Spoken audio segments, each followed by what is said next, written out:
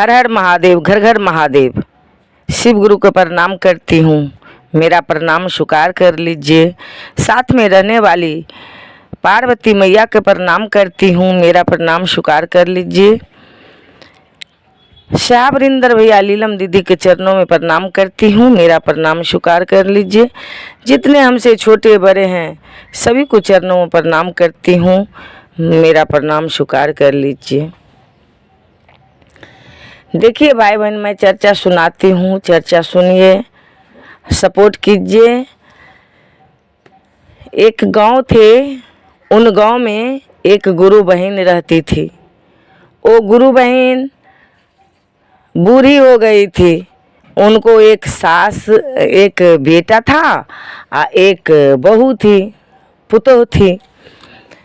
तो बहू जो थी घर में काम करती थी, सास को सेवा करती थी, खाना पीना अच्छा से देती थी।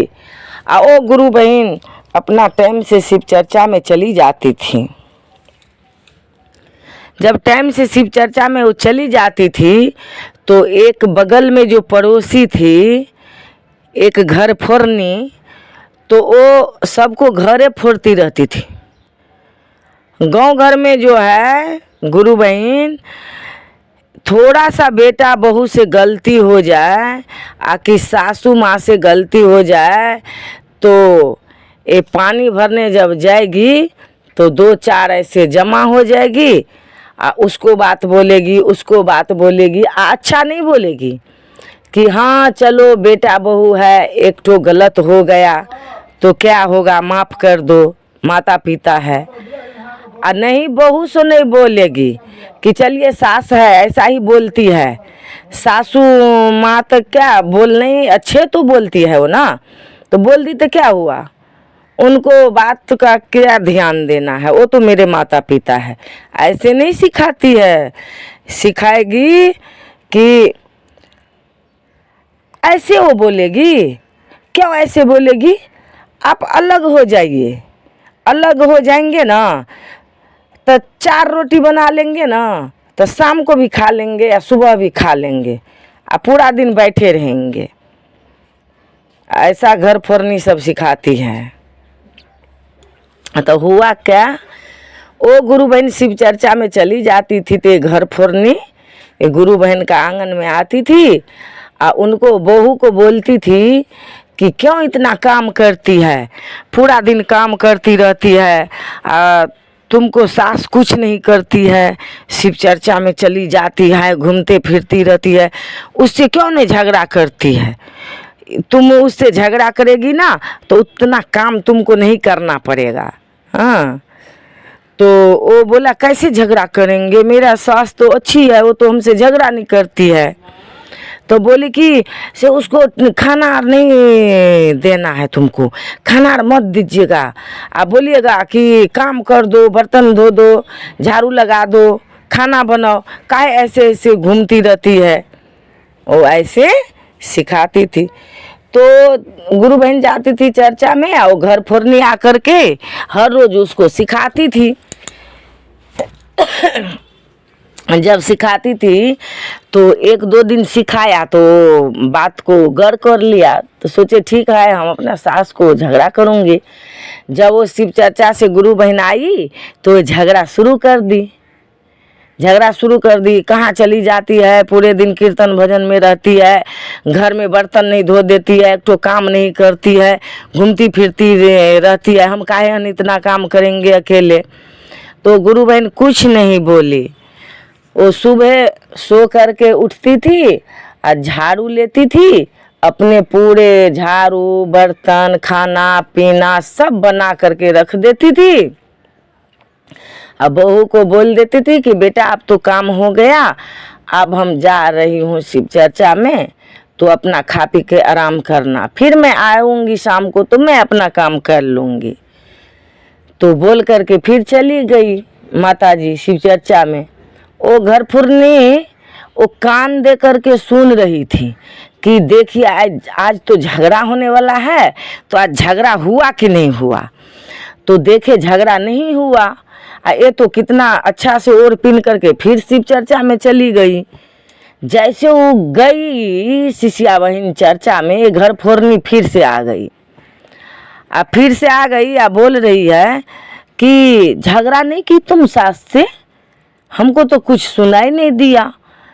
तो बोले कि हम तो कितना अपना सास को बोले, फिर भी मेरा सास पूरा काम उम करके तब चर्चा में गई है। आज तो हम कुछ काम नहीं किए, मेरा सासुए माँ सब काम की, वो नहीं हमसे झगड़ा करती है, कितना अच्छी है।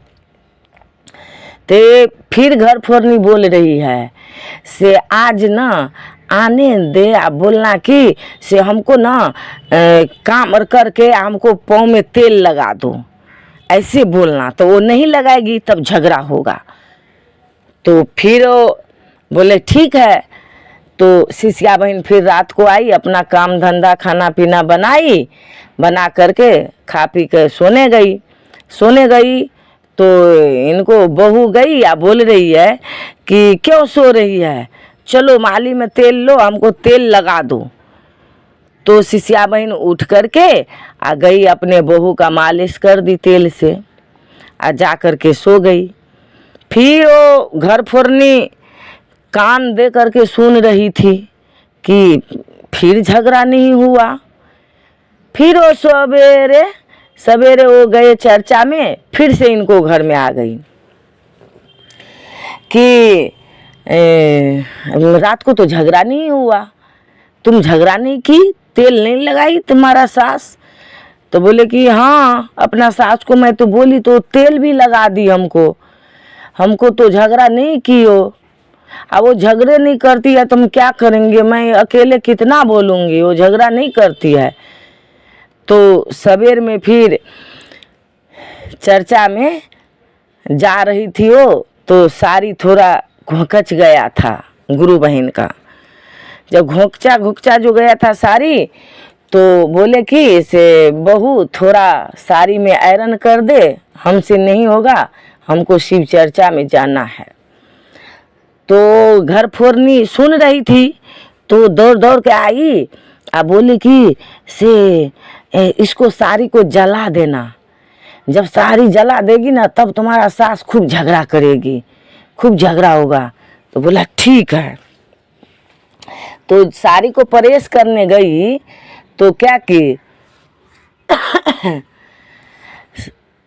प्रेस कर रही थी और साड़ी को जला दी। तब देखे कि सासू माँ देखो ना साड़ी जल गया। तो फिर भी वो गुरु बहन कुछ नहीं बोली कि ठीक है बेटा, अब जल गया तो क्या करना है। और वही साड़ी पहन करके वो शिव चर्चा में चली गई। तो फिर चर्चा में गई तो फिर ही दौड़ के आई, अरे तुम तो साड़ी भी जला दी तो झगड़ा नहीं हुआ। तो बोले हाँ, मेरा सास तो झगड़ा नहीं की, वही साड़ी पहन के, जला हुआ साड़ी पहन के चली गई शिव चर्चा में। तब बोल रही, फिर ही घर फोरनी बोल रही है फिर से कि ठीक है आज आने दे, उसको न चाय देना बना करके, हाथ जला देना। हाँ, तो बोले ठीक है, तब वो झगड़ा करेगी। तो ये पहले से बहू चाय बना के रखी थी, गुरु बहन आई तो बैठी तो बोल रही कि सासू माँ आप बैठिए, मैं चाय बना करके आपको पिलाती हूँ। तो गुरु बहन सोच रही है कि हे शिव गुरु, ये कहाँ से फिर मेरा बहू का बुद्धि आ रहा है, थोड़ा ज्ञान दीजिए महादेव। तो बहू गई चाय बनाने, चाय लेके आए, अब बोल रही लो न माँ, हाथ जला दी। पूरा गुरु बहन का हाथ दोनों जल गया चाय से। फिर भी वो झगड़ा नहीं की, किसी को नहीं बताई, अपना बेटा को भी नहीं बताई, सब अपने श्री शिव गुरु पर छोड़ दी थी, अपने शिव गुरु को बोल देती थी, किसी को नहीं बताती थी। फिर जले हुए हाथ लेकर के शिव चर्चा में जाती थी, आती थी। और बेटा पूछा कि माँ तुम्हारा हाथ में क्या हुआ। तो बोले कि ऐसे बेटा मैं गर्म पानी कर रही थी तो मेरा खुद से हाथ में गिर गया, इसीलिए हाथ जल गया, और कुछ नहीं बोली। तो ये घर फोरनी फिर से आई, बोल रही इतना कुछ हो गया, तुम्हारा सास झगड़ा नहीं करती है, झगड़ा नहीं हुआ? तो बोला कि हाँ क्या करेंगे, हम तो कितना पीछा पड़ते हैं अपने सासू माँ को, फिर भी मेरी सासू माँ झगड़ा नहीं करती है, तो मैं क्या करूँगी। तो ये सब गंगा स्नान जा रहा था प्रयाग में। जैसे गंगा स्नान जा रहा था गंगा सागर, तो ये बहू बोली कि सासू माँ हम भी जाएंगे। तो 5-10 शिष्या मिल करके आज सब चल दी, बोले ठीक है चलो तुम भी चलो। तो सब नहाने गई गंगा जी में। तो शिष्या बहन को बहू बोली कि माँ जब मैं नहाऊंगी तो क्या बोलूँगी गंगा मैया से। तो सास बोली, वो गुरु बहन अपने बहू से बोली कि बेटा जब तुम डूम काटना ना गंगा जी में, तो गंगा मैया से बोलना कि हे गंगा मैया, जैसे कर्म हम किए हैं वो हमको फल दीजिएगा, और मेरा सास जो कर्म किए हैं तो उसको कर्मों का फल उनको दीजिएगा। तो वो नहाने गई, जैसे डूम काटी, सब गुरु बहन सब नहा करके घाटों पे ऊपर में खड़ी थी। तो नहाने गई, तो जैसे डूम काटी, डूम ली गंगा जी में, तो बोली हे गंगा मैया, जो कर्म मेरे सास की है वो उनको सजा देना, और जो मैं कर्म की हूँ तो मेरा सजा हमको देना। वो डूम काट के जैसे निकली बाहर, पूरे शरीर में चरक फूट गया, पूरे शरीर में कुष्ठ फूट गया, चरक फूट गया। और सब शिष्या बहन सब बोलने लगी कि इसको बहू का क्या हो गया, क्या हो गया। सब नाक बंद करके उधर भागती थी, उधर भागती थी, कोई नहीं इनको घर में आते थे। तब क्या हुआ, घर पे आया तो कहीं भी शिव चर्चा में जाती थी तो सब हन गुरु बहन का देख करके नाक बंद कर लेती कि इसको बहू का ऐसे हो गया, ऐसे हो गया। उसको बहू जिधर जिधर रास्ते से जाते थे तो सब नाक बंद कर लेते, क्या कर्म किया था, क्या कर्म किया था। सब नहाया गंगा जी में तो कितना अच्छा था, इसको क्या हो गया, क्या हो गया। सब नाक बंद करके जाता था, आता था, कोई उसको पास में नहीं आता था। तो ये घर फोरनी जो थी, तो घर फोरनी मने मने सोच रही थी कि ये तो सब उल्टा हो गया, इसको घर में तो सब उल्टा हो गया। जो सास को होने था वो तो इसको बहू को हो गया। इसको बहू को देख करके सब नाक बंद करके भागता है। तब क्या किया, शिव चर्चा कराई।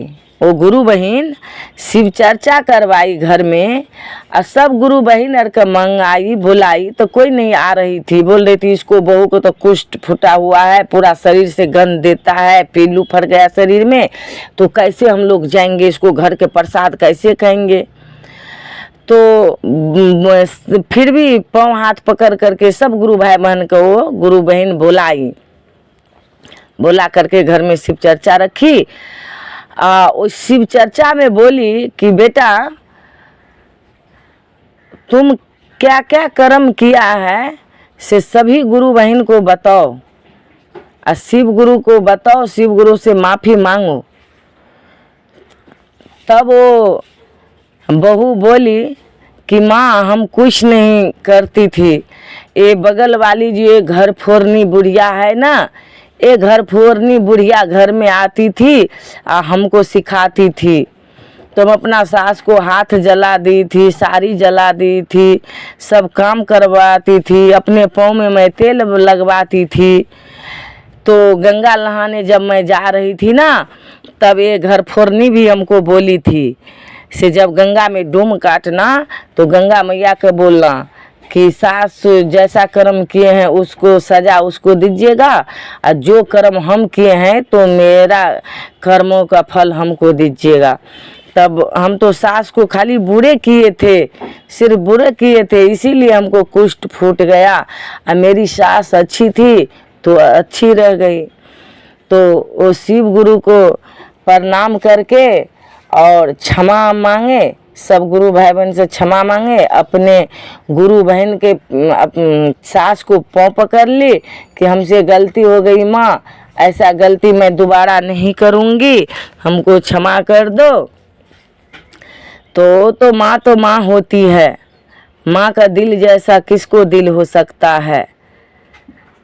अपने बच्चों का माँ सब माफ़ हो जाता है, सब भूल जाती है माँ। तो सब महान गुरु बहन भूल गई, अपने बहू का सब माफ़ कर दी।